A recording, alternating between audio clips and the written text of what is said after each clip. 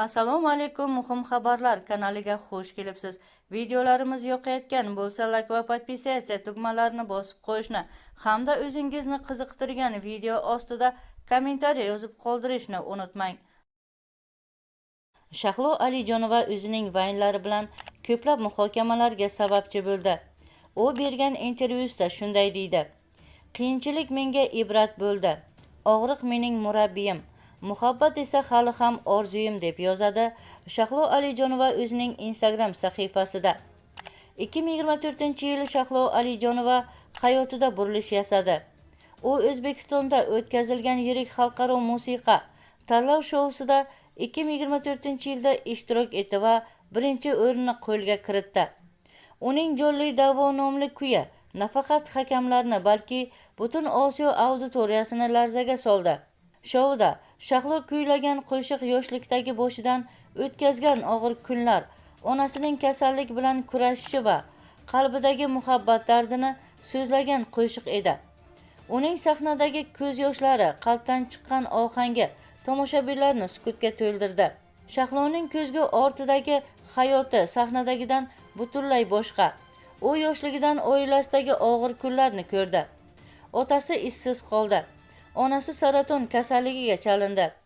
Bir paytlar tunda qo'shnilardan ortiqcha issiq ovqat so'rab, onasiga ovqat bergan kunlari ham bo'lganini eslaydi. "Men onamni hayotidagi eng kuchli ayol deb bilaman.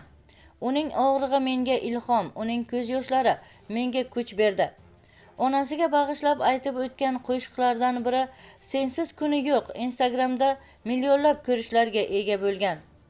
Shahlo Alijonova 2022-yilda sahnada hushini yo'qotib, shoshilinch kasalxonaga yotqizilgan. Shu paytdan boshlab u bir necha bor sog'ligi bilan bog'liq muammolar haqida gapiradi. "Mashhur bo'lish oson, qalbda tinchlik bilan yashash bu haqiqiy sinov", deydi u intervyulardan birida. Psixologik zo'riqish, sahnadagi bosim va shaxsiy hayotidagi bo'shliq uni o'zi bilan kurashishga majbur qildi. Ammo u bu to'g'rida yuzini yashirmadi.